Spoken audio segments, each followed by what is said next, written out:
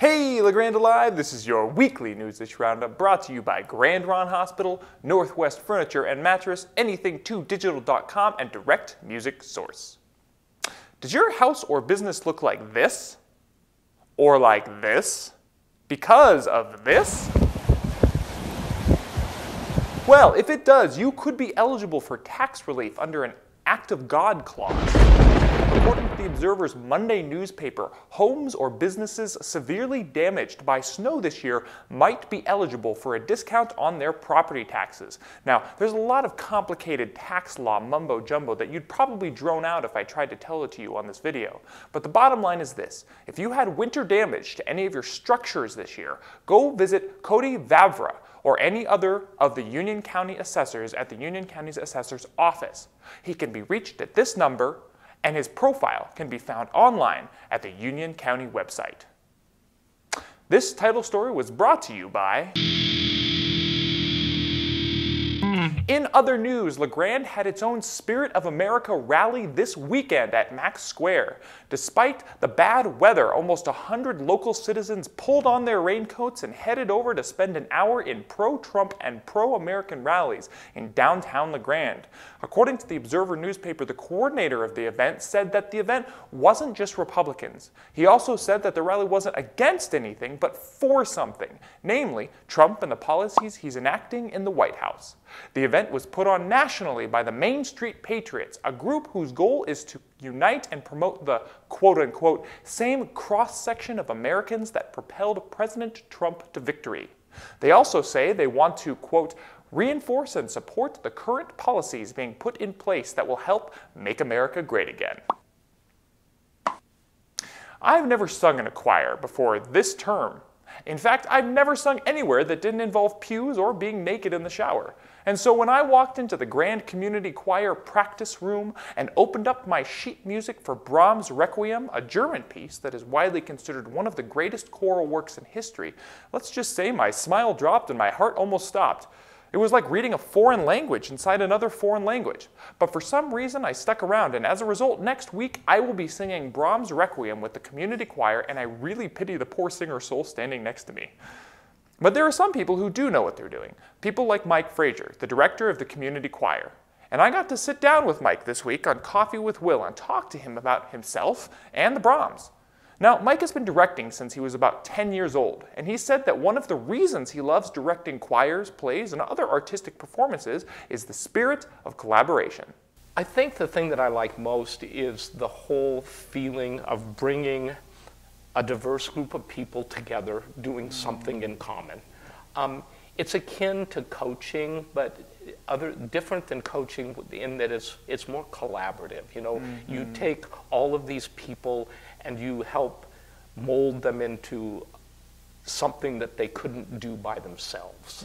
You know, and I really like that. I like the collaboration. I just like seeing a project that you start from square one and you finish it and everybody gets to enjoy it, not only the performers but the audience. And so Mike has been preparing the community choir to sing Brahms' Requiem as part of the 150-member joint choir that will perform in both Ontario and Grande. He said people from all walks of life should come and see their performances. These 150 people that have worked for the last 10 weeks on this have put a lot of time and effort and sweat equity into it, and you'll come away just, if you're a spiritual person, you'll come away with a real strengthening of your spiritual relationship. If you're a non-spiritual person, you'll come away with a feeling of being uplifted by coming in and listening. So I would encourage you, simply because it's going to be, and not only that, it's going to be a huge event. Overall, the conversation was an energetic yet profound musing on Mike and music. The rest of this discussion can be viewed on the GrandeAlive.tv's Facebook page. Also, be sure to come see Mike and I sing tenor in the Requiem next Thursday at 7:30 p.m. at Mackenzie Theatre, right here in Grande. And here's your upcoming events with Emily Adair from Go Magazine and Get Out and Go. Hi, I'm Emily Adair from Go Magazine. And I'm Will Bowman from GrandeAlive.tv, and this is Get Out and Go. March is Women's History Month, and several local organizations are doing their part to recognize women in arts and entertainment. In the Grande, Arts Center East is hosting a double feature to celebrate Women's History Month. The event will feature live music and a movie screening. Singer and songwriter Madeline Grace, who travels from coast to coast performing, will bring her contemporary folk songs to the stage. Along with the concert, the Art Center will present The Goddess Project. The documentary film is the result of more than 100 interviews with women from different walks of life. The film tells the stories of women who continue to overcome their fears and other obstacles to achieve their dreams. Fish Trap and the Joseph E. Center in the Wallowa County are also celebrating Women's Month. The featured writers for this month's Fish Trap, Fireside, are all women who live and write in the area. Some are longtime residents, and one has only recently moved to Wallowa County. Each writer will read from and discuss their original works. The Joseph E. Center has a month-long exhibit featuring the works of female artists. The annual show has become one of the center's most popular exhibits, and more than 30 women will be featured this year. Joseph E. will also present a number of related programs, including its brown bag discussions. And in partnership with the Wallowa Valley Music Alliance, Joseph E. has announced Women, Words, and Music. The event, which is back this year by popular demand, will give a variety of performers a chance to present songs and readings. A trio of talented young women will perform at OK Theater next week. The Quaby sisters play Texas swing music using their voices and fiddles. Go Magazine also has details about this month's Toonsmith Night, a speech by a visiting artist, and the Community Symphonic Band's Winter Concert. And you may have already heard that Maroon 5 will be performing at this year's Pendleton Whiskey Music Fest. I want to remind everyone to keep an eye on GoNortheastOregon.com for a special announcement about how you could get your hands on some tickets without paying full price. For more information, pick up a copy of this week's Go Magazine, which is inserted in The Observer. We're also online and on Facebook, Twitter, and Instagram. For more local content, check out LaGrandeLive.tv. Thanks for tuning in to Get Out and Go. One other thing going on this weekend, there will be a workshop in Argentinian tango this Sunday, noon to 3 at the Art Center East in La Grande, Oregon. If you don't know what the tango is, it's a dance that originated in South America and is essentially about love. It's smooth and sexy, at least when you do it right, and the dance group this weekend will have a professional teacher at the event to teach you and your partner how to steam it up on the dance floor. Smooth leather-soled shoes are recommended for easy pivoting, or you can just take your shoes off and go in your socks. Cost is $15 for an individual and $25 for a couple. For more information, call Jill Gibeon at this here number. In sports, the La Grande High School boys basketball team was knocked out of the first round of the playoffs this past weekend. The #1 seeded Tigers fell to the 15th seeded Cheesemakers of Tillamook, 68-64. Ian Collette put up 36 points for the Cheesemakers, while Zach Jacobs led the way for La Grande with 26. The Tigers finished the season 19-3 and were in the Greater Oregon League regular season and district champion. And here's EOU Sports with Evan and Chris in Around the Mountain in 90 seconds. I'm Evan House. And I'm Chris Duarte. This is Around the Mountain in about 90 seconds.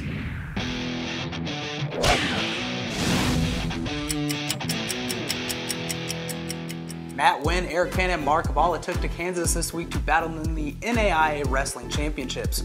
Kabbalah won his first place match before dropping his next two, while Fan made it all the way to the quarterfinals at 197 pounds, but then was taken down in his next two matches. Wynn became an NAIA All-American with his fourth place finish, including a 10-7 decision over 6th-ranked Keegan Hessler. Over the weekend, EOU Track and Field headed over to Johnson City, Tennessee, and came away with 4 All-Americans. The list included freshman Thomas Morrow III in the 800-meter run, junior Matthew Kirkendall in the 60-meter hurdles, junior Nick Mask in the 3,000-meter run, and senior Harley McBride in the high jump. The men ended up placing 18th, while the women tied for 42nd. Softball took on number 19 Oregon Tech in 2 doubleheaders on Sunday and Monday. Sunday EOU split the day, losing game 1 7-2, but took game 2 11-8. The Blue and Gold were then swept on Sunday 11-0 and 12-6. Lauren Burchak and Cheyenne Barker each had multiple home run games against the Owls. Last but not least, good luck to the men's and women's basketball teams as they head over to Nationals. Women are in Sioux City, Iowa, Wednesday against Dickinson State, while the men are in Point Lookout, Missouri, as they take on IU Southeast. That's a wrap for EOU Athletics. Stay tuned next week as we take you around the mountain in about 90 seconds. For more information, visit us at www.eusports.com.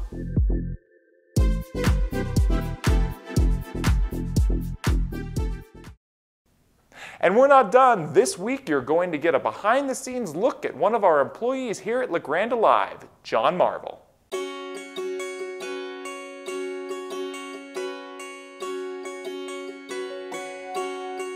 I'm John Marvel. I am a recent graduate of Grande High School. I started working at Blacklight Media Services a year ago now. I love technical things, more specifically computers, recordings, and that kind of thing. And that is what kind of drew me to Blacklight Media Services, because that's what they do. I started working for Blacklight Media Services toward the end of my senior year with the help of Corey Ackerman, one of the special advisors at Grande High School. Well, Jonathan actually had talked to Brent, and so I went down then after talking with John and finding his interest and finding out that that was something that he was really interested in. And what I did is went down and talked with Brent. Anything to digital seemed like that might be a good fit for Jonathan to be trained in that area, that learning the machines and learning how to convert different media types to digital was something that he could be trained to do. I have worked here for about over a year now. I have come to love what I do. I meet new people every day. Even though I'm a little shy, I kind of get used to new people. Probably my favorite part is the recordings and anything to digital and meeting new people. And my least favorite job, I have to be honest with you guys, is the projector, because I do not like the projector. I'm sorry, Grande Lab, but that is my honesty. John is so positive and so upbeat about everything.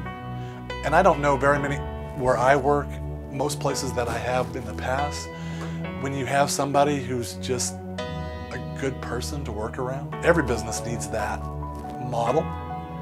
And then as much as John contributes, what they're doing by hiring him is growing our society here in Grande.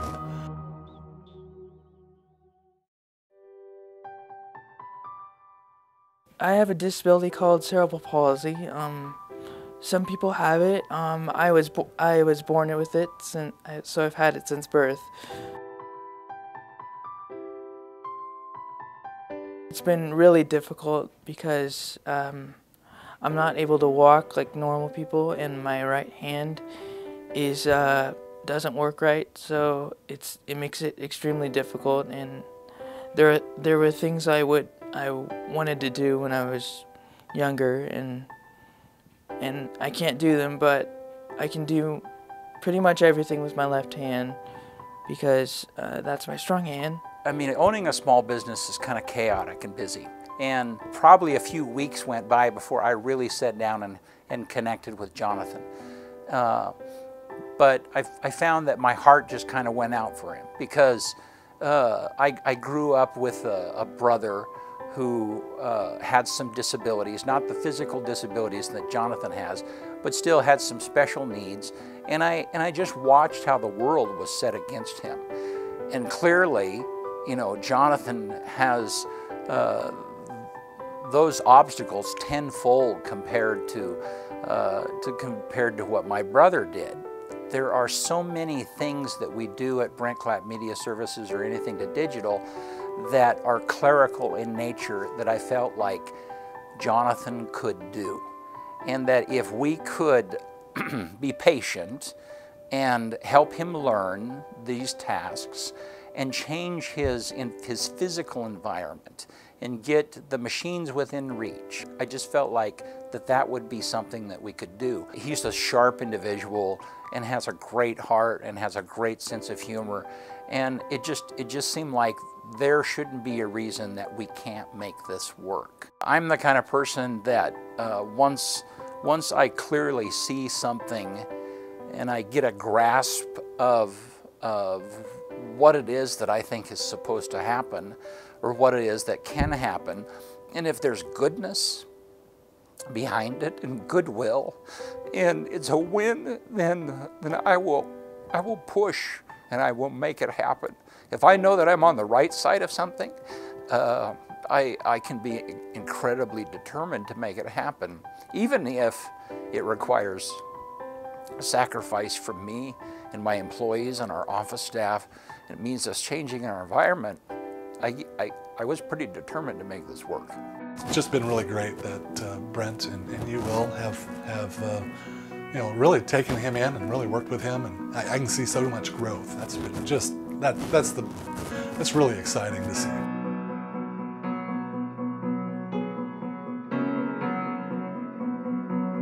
People are starting to open up, and I'm starting to open up, and yeah, it's just their joy and their kindness and their goodness to me and to La Grande Alive, really, that makes me me. And that's your weekly Newsish Roundup. This roundup was brought to you by Grande Hospital, Northwest Furniture and Mattress, Anything2Digital.com, and Direct Music Source. Be sure to like and share this video and tune in to LaGrandeAlive.tv for more local content. I'm Will Bowman.